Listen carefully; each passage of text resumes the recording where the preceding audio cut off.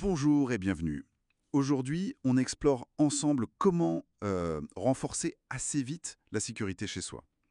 On s'inspire d'une vidéo de la chaîne Reliable Prepper. Elle donne pas mal d'astuces pratiques et surtout pas chères.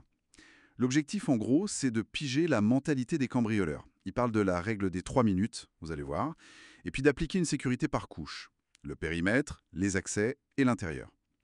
Notre mission, si on veut, c'est de trouver les méthodes clés pour rendre une maison moins tentante. Vite fait et sans se ruiner. Allez, on décantique ça.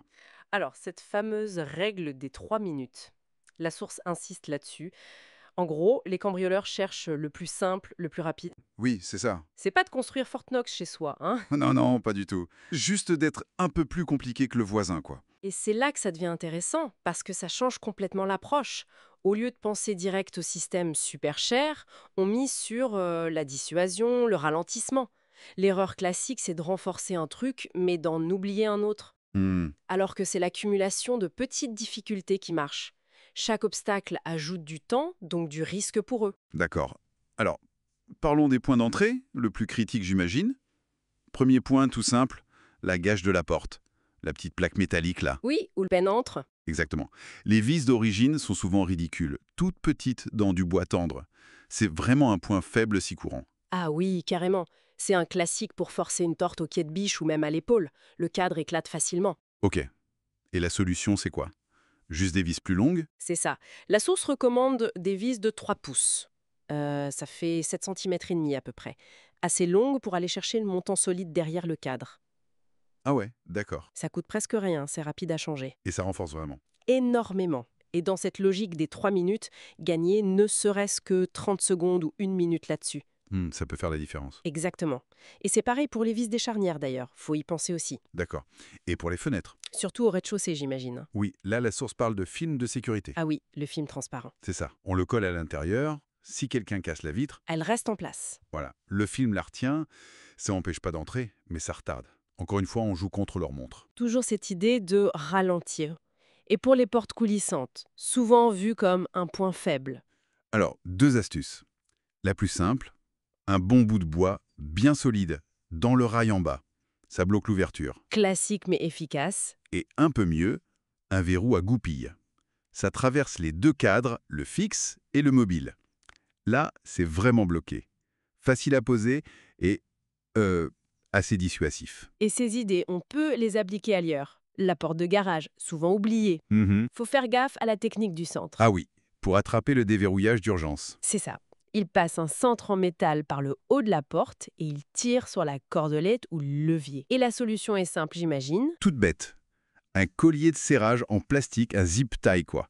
On le met sur le mécanisme du levier pour l'empêcher d'être actionné comme ça. Malin, non? Carrément. Et pour les portes d'entrée vitrées, juste à côté de la serrure. Là, la source est très claire. Il faut un pêne dormant à double cylindre. C'est-à-dire, Une serrure où il faut la clé des deux côtés, intérieur et extérieur.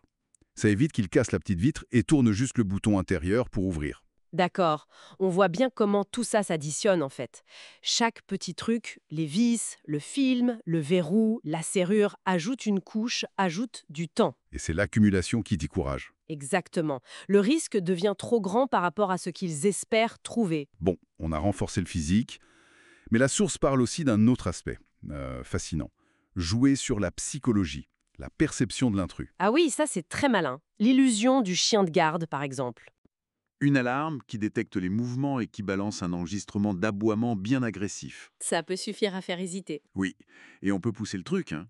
Mettre une grosse gamelle d'eau près de la porte arrière, laisser traîner des jouets de chiens bien mâchouillés, une laisse épaisse visible.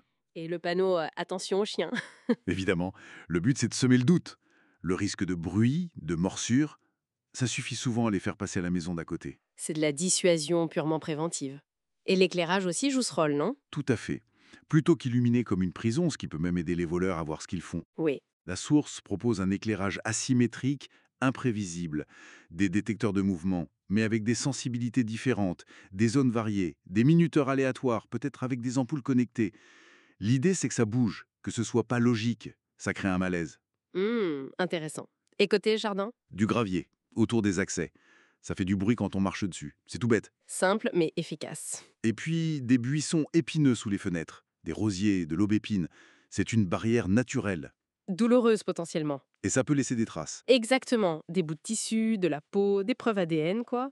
C'est dissuasif. Et il y a d'autres signaux plus subtils. Oui, laisser traîner une paire de grosses bottes de travail pleines de boue près de l'entrée. Ça peut suggérer une présence, disons, imposante. Une présence masculine peut-être. Voilà. Ou un simple autocollant d'une compagnie de sécurité, même un générique trouvé sur Internet.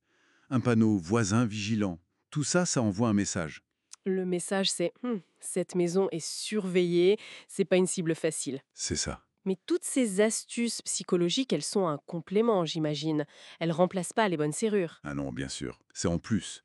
Elle cible la décision du cambrioleur avant même qu'il l'essaie. D'accord. Et d'ailleurs, la source met aussi en garde contre les erreurs, vraiment bêtes, qui ruinent tout. Ah oui, lesquelles par exemple? La clé sous le paillasson ou dans le faux caillot. Faut oublier, ils connaissent toutes les cachettes. C'est clair. Poster ses photos de vacances pendant les vacances sur les réseaux sociaux, c'est une invitation. Une publicité pour maison vide, oui. Laisser la télécommande du garage dans la voiture garée dehors. Ou pire, laisser traîner une échelle ou des outils dans le jardin. Là, on leur donne carrément les moyens d'entrer. C'est ça. Éviter ces erreurs, c'est juste du bon sens en fait. C'est fermer les portes qu'on leur ouvre involontairement. Ne pas leur faciliter la tâche, quoi. Alors, qu'est-ce qu'on retient de tout ça? L'idée forte, c'est pas tant la forteresse impénétrable. Non. C'est plutôt de créer intelligemment des couches. Des couches de dissuasion, de ralentissement, physique et psychologique.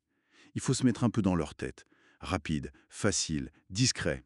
C'est ça qu'ils cherchent. Tout à fait. La source suggère d'ailleurs un truc tout simple à faire tout de suite.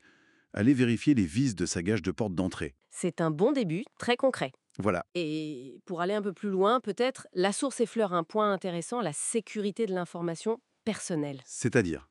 Toutes les infos qu'on donne sans faire exprès sur nos habitudes, nos absences, ce qu'on possède. Que ce soit en ligne ou juste parce qu'il est visible de l'extérieur. Une voiture chère toujours garée devant, des cartons de matériel neuf près des poubelles. Ah oui, vu comme ça, Ça pose la question de savoir comment nos habitudes, numériques ou réelles, font partie de notre sécurité globale. C'est peut-être un autre sujet à creuser, ça.